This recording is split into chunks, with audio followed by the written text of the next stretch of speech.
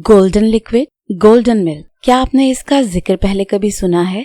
अगर आपने बच्चे को अपना दूध पिलाया है तो आप जानती होंगी कि जब पहली दफा आपका दूध उतरता है तो उसका रंग गोल्डन होता है या नारंगी कलर होता है। इस गोल्डन लिक्विड को कोलेस्ट्रम कहा जाता है। आज की वीडियो में हम इसके बारे में डिटेल से बात करेंगे, लेकिन उससे पहले अस्सलाम वालेकुम, मैं हूँ Sitara Nayab and welcome to my channel mother's guide. Colostrum क्या होता है? जब आप प्रेग्नेंट होती हैं तो आपके मेमोरी ग्लैंड्स यानी कि आपकी ब्रेस्ट में एक इम्पोर्टेंट लिक्विड बनना शुरू हो जाता है जिसे कोलेस्ट्रम कहा जाता है। ये बच्चे के अंदर इम्यून सिस्टम डेवलप करता है, उसकी फीडिंग का इंतजाम करता है और ये मुख्तलिफ फेजेस से गुजरकर ब्रेस्ट मिल्क में कन्वर्ट हो जाता है। इसमें मुख्तलिफ न्यूट्रिएंट्स पाए जाते हैं जैसे कि protein, vitamin, minerals, immunoglobins, antibodies वगैरह। सवाल ये पूछा जाता है कि ये बना किस चीज से मिलकर होता है? असल में ये हाई प्रोटीन और लो फैट और लो शुगर से मिलकर बना हुआ एक लिक्विड होता है जिसके अंदर व्हाइट ब्लड सेल्स होते हैं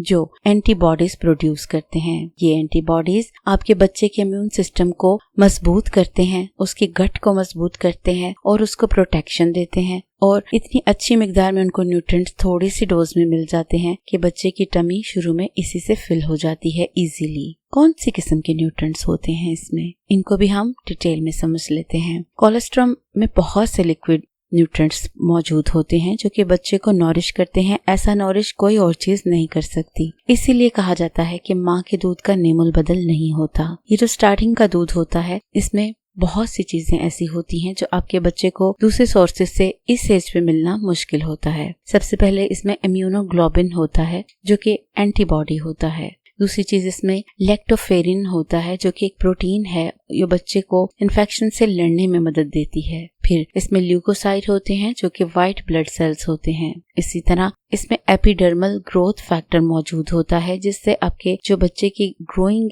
सेल होते हैं वो स्टिम्युलेट होते हैं और वो पहले से ज्यादा बेहतर ग्रो करते हैं। इस तरह बच्चे की नशोनुमा बेहतर होती है। कोलेस्ट्रम में मजीद जो चीजें शामिल होती हैं वो मैग्नीशियम होता है जो बच्चे की हार्ट और हड्डियों के लिए बहुत अच्छा होता है। इसके अलावा इसमें कॉपर और जिंक होता है जिससे बच्चे की इम्यूनिटी बढ़ती है और विटामिन ए जो होता है वो बच्चे की विजन और स्किन को बेहतर बनाता है। तो इतने सारे फायदे इस एक चीज के अंदर होते हैं।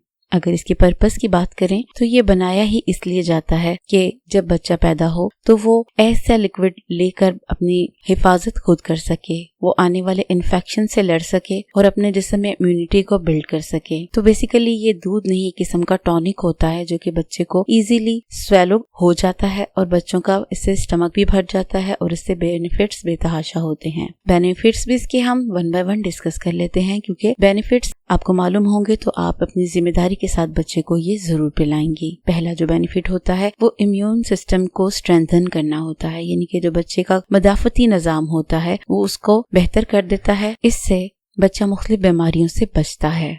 इसी तरह बच्चे की गट की हेल्थ को ये बेहतर करता है क्योंकि ये इंटेस्टाइन यानी जो छोटी आंत होती है उसके अंदर एक कोटिंग कर देता है जिससे हार्मफुल बैक्टीरिया एब्जॉर्ब नहीं हो पाते और बच्चा बीमारियों से बच जाता है। तीसरी चीज होती है कि ये बच्चे के लिए आइडियल न्यूट्रिशन है, यानी कि जैसी बच्चे को रिक्वायरमेंट होती है वैसी ही इसके अंदर न्यूट्रिएंट्स मौजूद होते हैं। फिर इसके अंदर लैक्सेटिव इफेक्ट होता है, यानी कि कब्ज कुशा इफेक्ट होता है। ये इसलिए होता है कि जो बच्चे के इंटेस्टाइन में शुरू में ग्रीन कलर का एक लिक्विड होता है जिसे मेकोनियम कहा जाता है, उसको बॉडी से डिस्चार्ज करने के लिए ये बहुत अहम किरदार अदा करता है और इससे बच्चे का पेट साफ हो जाता है। अगर ये ना दिया जाए तो बच्चे को ज्यादातर जॉन्डिस हो जाता है। फिर ये डाइजेस्टेबल है, यानी कि काबिल हजम है, बच्चा इसको इजीली डाइजेस्ट कर सकता है और उसको इसके कोई असरात बुरे नहीं होते। इसके अलावा ये बच्चे के शुगर लेवल को लो होने से बचाता है। खास तौर पे जब माँ को गेस्टेशनल डायबिटीज होती है तो जब बच्चा पैदा होता है और माँ से अलग होता है, उसका नाड़ू काट दिया जाता है, तो उस टाइम बच्चे का शुगर लेवल फौरन ड्रॉप होना शुरू हो जाता है क्योंकि उसको माँ के मीठे खून की आदत होती है। ऐसी सिचुएशन में ये जो लिक्विड है ये बच्चे के काम आता है। एक सवाल ये आता है कि क्या हम इसको पंप करके निकाल सकते हैं कि अगर जैसे कि माँ का ऑपरेशन हुआ है या वो ऐसी हालत में नहीं है कि बच्चे को दूध पिला सके, तो क्या इसको पंप करके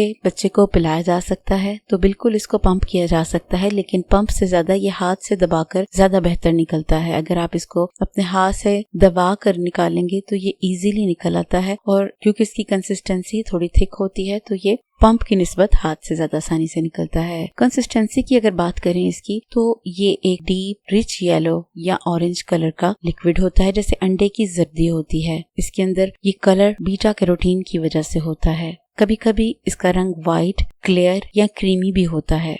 ये थिक होता है। आम जो दूध होता है उसकी निस्बत इंसान का दूध हो या काऊ का दूध हो, उससे ये निस्बतन थिक होता है। हाँ, ये जरा फर्क होता है हर औरत में। किसी औरत का ज्यादा थिक होता है, किसी औरत का थोड़ा कम थिक होता है, तो ये बॉडी टू बॉडी वेरी करता है। ये स्टिकी होता है, यानी कि चिपचिपा होता है, और कभी कभी इसके अंदर खून की धारियां नजर आती हैं, जो कि नॉर्मल होता है। जब औरत बच्चा डिलीवर कर लेती है तो वो डाउट में होती है कि क्या मैंने कोलेस्ट्रम प्रोड्यूस किया है या नहीं किया। बेसिकली जब आपकी प्रेगनेंसी अभी सिर्फ 12 से 18 हफ्तों की होती है, तभी कोलेस्ट्रम बनना शुरू हो जाता है, लेकिन ये निकल सकता है जब आपका बच्चा डिलीवर हुए 24 घंटे हो गए हों, तो फिर ये आसानी से निकल जाता है। उसके बाद ये ट्रांजिशनल स्टेज में चल जाता है, जो बेसिकली ये कन्वर्ट होकर दूध बन रहा होता है। तो प्रॉपर दूध बनने में या मैच्योर दूध बनने में तकरीबन 14 दिन लग जाते हैं, लेकिन ये अवेलेबल 24 घंटों के अंदर अंदर हो जाता है। फिर एक सवाल ये भी आता है कि कितनी देर तक कोलेस्ट्रम आता रहता है। तो जैसे कि अभी मैंने आपको बताया कि 14 दिन लगते हैं मैच्योर दूध बनने में, तो तब तक तो ये पहले बिल्कुल लिक्विड का कलर और होता है, गोल्डन होता है, फिर थोड़ा सा दूधिया होता है, फिर ट्रांसपेरेंट सा दूधिया होता है, फिर बिल्कुल दूधिया हो जाता है, और फिर प्योर दूध बन जाता है। तो इस सारे प्रोसेस में 14 दिन लग जाते हैं, लेकिन इसके असरात तकरीबन 6 हफ्ते तक रहते हैं। एक मिथ ये भी है कि अगर मैं कोलेस्ट्रम प्रोड्यूस ना कर सकूं तो क्या होगा, लेकिन ये बहुत ही रेयर केस है। ऐसे पॉसिबल नहीं है कि अल्लाह ने अगर आपको बच्चा दिया है तो उसके लिए खुराक ना भेजी हो। कोलेस्ट्रम आपको जरूर आता है, चाहे दूध उतना उतरे या ना उतरे, लेकिन कोलेस्ट्रम आपके पास जरूर अवेलेबल होता है, और वो इतना काफी होता है जितना भी निकल रहा होता है, क्योंकि शुरू में जो बच्चा है उसको सिर्फ कुछ टीस्पून ही इसके चाहिए होते हैं। उम्मीद है कि आपको कोलेस्ट्रम से मुतालिक तमाम मुमकिन मालूमात फ्राहम कर दी गई हैं। मेहरबानी फरमाकर इस वीडियो को उन बहनों के साथ शेयर करें जो प्रेग्नेंट हैं और जानना चाहती हैं कि दूध किस तरह उतरना शुरू होता है और वो किस रंग का होता है और उसकी क्या अफादियत होती है। नई वीडियो आने तक अपना बहुत सा ख्याल रखिए। Take care. अल्लाह हाफिज।